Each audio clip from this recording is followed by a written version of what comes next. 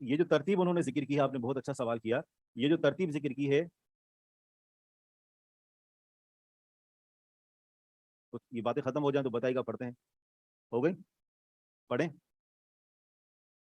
آخری بات کیا تھی بتائیے جی؟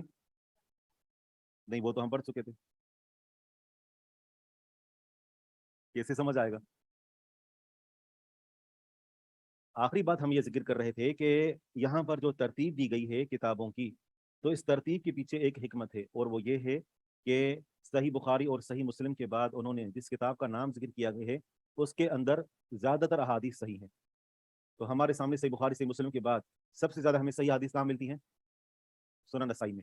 صحیح بخاری صحیح مسلم کے بعد اس کے بعد سنن ابی داؤد، سنن ترمذی اور سنن ابن ماجہ کا آخری مرتبہ ہے، کیونکہ اس کے اندر ضعیف احادیث کثیر تعداد میں موجود ہیں. تو اس ترتیب کے پیچھے بھی یہ حکمت ہے. ٹھیک ہے. ملاحظہ، یہ لفظ آپ نے کئی مرتبہ اس کے اندر بھی پڑھا ہوگا، دروس اللغت کے اندر بھی لاحظ کے نام سے ہوگا. لاحظ جو لفظ استعمال کیا ہوگا، ملاحظہ کا معنی ہوتا ہے دیکھنا.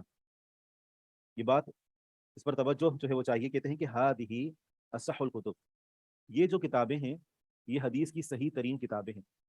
ہم نے لفظ استعمال کیا کہ یہ صحیح ترین کتابیں. کہتے ہیں لیس معنی ہو، اس کا معنی یہ نہیں ہے کہ ان الاحادیث کلها صحیحۃ فیہا، اس کا مطلب یہ نہیں ہے کہ ان کتابوں کے اندر جتنی بھی احادیث پائی جاتی ہیں وہ ساری کی ساری صحیح ہیں سوائے بخاری اور مسلم کے. اس کا مطلب یہ نہیں ہے. ہم جب کہتے ہیں نا صحاح ستہ، تو اس کا مطلب کیا ہوتا ہے کہ اس کی احادیث زیادہ تر صحیح ہیں. اس کا مطلب یہ نہیں تھا کہ ساری حدیثیں صحیح ہیں، مطلب ہے کہ دیگر کتابوں کے مقابلے میں ان کتابوں کے اندر جو احادیث پائی جاتی ہیں وہ زیادہ تر صحیح ہیں. یعنی کہ ہر کتاب کے اندر جتنی بھی حدیثیں ہیں وہ ساری کی ساری صحیح ہیں سوائے صحیح بخاری اور صحیح مسلم کے. بات آ رہی سمجھ میں؟ ولا ان الاحادیث صحیحۃ لا توجد فی غیرها، اور اس کا معنی یہ بھی نہیں ہے کہ ان کتابوں کے علاوہ کسی اور کتاب کے اندر صحیح حدیث نہیں پائی جاتی. بھائی ہمیں کیا سزا دے رہے ہیں؟ چلائیں بن کے لا توجد نہیں پائی جاتی. کہتے ہیں کہ ولا ان الاحادیث صحیحۃ لا توجد فی غیرها، اور نہ ہی اس کا یہ معنی ہے کہ ان کتابوں کے علاوہ جو دیگر کتب احادیث ہیں ان کے اندر کوئی صحیح حدیث نہیں پائی جاتی. اس کا مطلب یہ بھی نہیں ہے. تو پھر ان کتابوں کو جو وہ صحاح ستہ پھر کیوں کہا جاتا ہے؟ اس لیے کہ اس کی جو احادیث ہیں وہ زیادہ تر صحیح ہیں. تو یہ دو باتیں یاد رکھنا ضروری ہیں. پہلی بات یہ کہ کتب ستہ کے اندر صحیحین کو چھوڑ کر جو سنن اربعہ ہیں اس کی ساری احادیث صحیح نہیں ہیں، ساری حدیث صحیح نہیں ہے لیکن زیادہ تر صحیح ہیں. اور دوسری بات یہ کہ اس کا مطلب یہ نہیں ہے کہ ان کتابوں کے علاوہ دیگر کتابوں کے اندر صحیح حدیث نہیں پائی جاتی. نہیں، دیگر کتابوں کے اندر بھی صحیح حدیث موجود ہیں.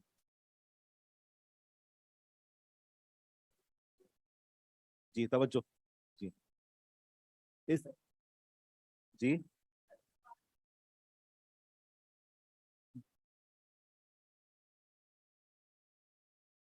کتب ستہ میں بخاری اور مسلم کے علاوہ جو سنن اربعہ ہیں تو ان کی ساری احادیث صحیح نہیں ہیں لیکن زیادہ تر احادیث صحیح ہیں. اور دوسری بات یہ کہ کتب ستہ کے اندر جو احادیث پائی جاتی ہیں، ٹھیک ہے نا، اس کا مطلب یہ نہیں ہے کہ اگر وہ زیادہ تر صحیح ہیں تو کہیں اور صحیح حدیث نہیں پائی جاتی ہیں. نہیں، ایسا نہیں ہے. دوسری جگہوں پر بھی دوسری کتابوں میں بھی ہمیں صحیح حدیث ملتی ہیں. تو حدیث کی کتابوں کے اگر ہم نام ذکر کریں تو مثلا کون سی کتابیں ہیں؟ کبھی بھی اگر کتب حدیث کا ذکر ہو تو اس کے اندر مشکات کا نام نہیں دیا جاتا.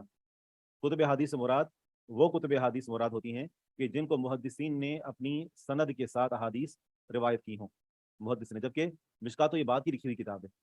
جس طرح موجودہ دور میں یعنی ایک کتاب لکھی گئی ہے جو وہ اللؤلؤ والمرجان فی متفق علیہ شیخان، شیخین کی ایسی روایت کہ جو صحیح بخاری صحیح مسلم کے اندر دونوں کے اندر حدیثیں پائی جاتی ہیں. کچھ لوگوں نے ان کو جمع کیا، دیکھا یہ حدیث صحیح بخاری میں بھی ہے، یہ صحیح مسلم میں بھی ہے، ان ساری حدیثوں کو جمع کیا. تو اب یہ نہیں کہیں گے کہ یہ حدیث کی کتاب ہے. حدیث کی کتاب سے مراد وہ کتاب ہوتی ہے کہ جو محدث اپنے طور پر سفر کر کے علماء کے پاس جا کر حدیث سند کے ساتھ لیتا ہے اور ان کو سند کے ساتھ کتاب میں درج کرتا ہے. جی ہاں، اسی وجہ سے مشکات المصابیح جو ہے کبھی بھی کوئی عالم اس کا حوالہ نہیں دے گا، نہ تحریر میں نہ تقریر میں. کوئی بھی بندہ یہ نہیں کہے گا مشکات کے اندر حدیث موجود ہے. اب مشکات کے اندر تو پھر حدیثیں صحیح بخاری کی ہیں، صحیح مسلم کی ہیں، ان کا حوالہ ہو رہا ہے بذات خود. ٹھیک ہے. تو کیا نام ہو سکتے ہیں؟ مسند احمد، ٹھیک ہے، ابن حبان، اور موطا امام مالک، جی ہاں، سنن بہقی،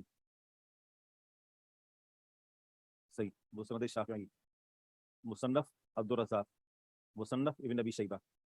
تو یہ ساری حدیثوں کی کتابیں ہیں، طبرانی، اوسط، صغیر اور کبیر تینوں کی کتابیں ہیں۔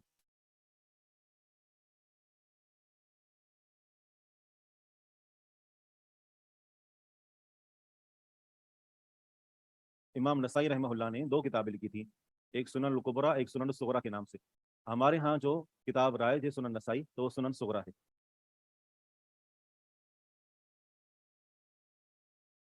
اور لؤلؤ والمرجان کو پڑھنا چاہیے، جی ہاں، کسی بھی کتاب کو پڑھ سکتے ہیں۔ مشکات المصحف پڑھنا، اس کا مطلب یہ نہیں کہ ہم یہ نہیں کہہ رہے کہ حدیث کی کتاب نہیں، حدیث کی کتاب سے مراد یہ ہے کہ ہم مراد دیتے ہیں کہ محدث کی لکھی ہوئی کتاب ہو۔ یہ بعد کے علماء نے کتابیں جمع کر دی ہیں۔ نخبۃ الحدیث کیا ہے؟ اربعین النوویہ کیا ہے؟ یہ ساری بعد کی کتابیں لکھی گئی ہیں۔ ہاں، تو ہم کو نہیں پڑھ سکتے، نہیں پڑھنا چاہیے، لیکن مطلب ہے کہ ہم اس کا حوالہ نہیں دے سکتے آگے۔ یہ نہیں کہہ سکتے کہ اربعین النوویہ کے اندر حدیث موجود ہے، نہیں، اس کا حوالہ نہیں دے سکتے۔ جی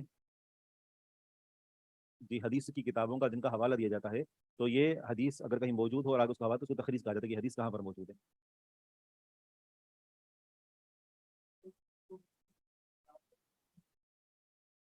ہاں، کتابوں نہیں، ان سے جو حدیث کو جمع کیا گیا ہے۔ جی ہاں، تخریج کا مطلب یہ ہوتا ہے کہ جس طریقے سے ایک حدیث موجود ہے انما الاعمال بالنیات، تو اب اس کی تخریج کیا ہوگی کہ یہ حدیث صحیح بخاری کے اندر موجود ہے، یہ جو تخریج ہوتی ہے۔ اگر آپ کو بحث دی جائے اور آپ کو استاد کہے کہ آپ نے احادیث بھی لکھنی ہے اور احادیث کی تخریج بھی کرنی ہے، تو کیا مطلب ہوگا اس کا؟ کہ آپ اس کا جو ہے وہ حوالہ بھی ذکر کریں گے کہ یہ حدیث کس جگہ پر موجود ہے۔ اگلی جو اصطلاح ہے محدثین کے ہاں، جب محدثین کہتے ہیں کہ یہ حدیث صحیحین میں ہے، تو صحیحین سے مراد کیا ہوتا ہے؟ صحیح البخاری و صحیح مسلم، امام بخاری کی صحیح اور امام مسلم کی صحیح۔ مطلب سر باقی کتب وہ ہیں جو اصل نہیں ہیں، ان کو کتابوں سے لیا گیا ہے۔ جیسا کہ ہم نے ذکر کیا کہ یہ کتابیں اصل کتابیں ہیں، ان کے علاوہ کچھ اور کتابیں بھی ہیں جو اصل ہیں، اور ان کے اندر بھی احادیث موجود ہیں، وہ بھی اصل کتابیں ہیں۔ جس سے موطا امام مالک جو احادیث کی سب سے پہلی کتاب لکھی گئی، وہ اصل کتاب ہے، لیکن ان کے بعد احادیثیں جب اصل کتابیں لکھی گئیں، ان کے بعد کوئی بندہ آتا ہے اور ان کی اصل کتابوں سے لے کر کوئی کتاب لکھتا ہے، تو اس کو حوالے کے طور پر پیش نہیں کیا جائے گا، اور نہ ہی اس کو اصل کتاب کہا جائے گا۔ تو جو حوالہ دیا جاتا ہے وہ اصل کتاب کا دیا جاتا ہے۔ جی ہاں، جس طرح عمدۃ الاحکام ہے، تو اب عمدۃ الاحکام کا آپ حوالہ نہیں دے سکتے۔ جی ہاں، جس ریاض الصالحین۔ مستدرک حاکم، مستدرک حاکم جو ہے، تو انہوں نے امام حاکم رحمہ اللہ نے اس پر جو کام کیا تھا وہ یہ کہ یہ بھی ایک اصل کتاب ہے، اور ان کا کام یہ تھا کہ انہوں نے امام بخاری اور امام مسلم کی شرطوں کو دیکھا کہ وہ حدیث جب لیتے ہیں تو اس کے اندر یہ صحیح کی شرطیں پائی جاتی ہیں۔ انہوں نے کہا کہ اگر ایسا ہے تو پھر تو اور بھی حدیثیں موجود ہیں، ان کے اندر بھی امام بخاری امام مسلم کی شرطیں پائی جاتی ہیں، لہذا انہوں نے ان تمام احادیث کو جمع کر دیا کہ جن کو امام بخاری اور امام مسلم نے چھوڑ دیا تھا۔ امام بخاری امام مسلم نے کہا تھا نا کہ ہم صرف صحیح حدیث ذکر کریں گے، بہت ساری حدیث کو چھوڑ دیا۔ تو امام حاکم نے سوچا کہ اگر کاش وہ ساری حدیثیں جمع کر لے تو کتنا اچھا ہوتا۔ تو انہوں نے دیکھا کہ امام بخاری امام مسلم کی کیا شرطیں ہیں، ان شرطوں کو دیکھا، اپنے سامنے رکھا، جتنی بھی حدیثیں تھیں جو ان کے معیار پر پورا اترتی تھیں، جو انہوں نے ذکر نہیں کی تھی، انہوں نے ساری حدیثیں لے جا کر وہ جمع کر دیں، اور یہ کتاب مستدرک حاکم وجود میں آئی، اور یہ حدیث کی اصل کتاب ہے۔ شرطیں موجود تھیں تو پھر چھوڑا کیوں؟ تو ان کا مقصد یہ نہیں تھا کہ ہم جتنی بھی صحیح حدیثیں ساری جمع کریں گے، ان کا مقصد یہ تھا کہ ایک مختصر، ٹھیک ہے نا، وہ احکامات لوگوں کے سامنے رکھ دیے جائیں تاکہ ان کو پڑھنا، ان کو ضبط میں لے آنا، اس کو یاد کرنا، اس کے اوپر عمل کرنا آسان ہو۔ تو جو تمام باتیں جو ایک مسلمان کے لیے ضروری ہیں، اگر ایک مسلمان صحیح بخاری سے مسلم کو اپنے پاس رکھتا ہے، مثال کے طور پر اس کو پڑھتا ہے، عمل پیرا ہوتا ہے، تو اس کو زندگی گزارنے کے لیے کافی ہے۔ تو یہ انہوں نے حدیث جو صحیح ترین تھی انہوں نے اس کو جمع کیا، لیکن بہت ساری صحیح ترین حدیث کو چھوڑ بھی دیا، کیونکہ اگر وہ زیادہ ساری کی ساری جمع کر دیتے تو کتاب بہت ضخیم ہو جاتی۔ مستدرک حاکم کا حوالہ دیا جا سکتا ہے؟ جی ہاں، بالکل دیا جا سکتا ہے۔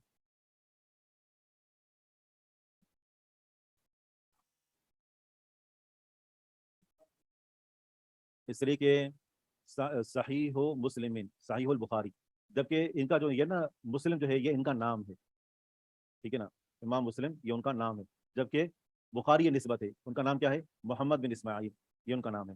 تو صحیح محمد نہیں کہتے، صحیح البخاری کہتے ہیں۔ الصحیح للمسلم پھر یہ کہتے ہیں۔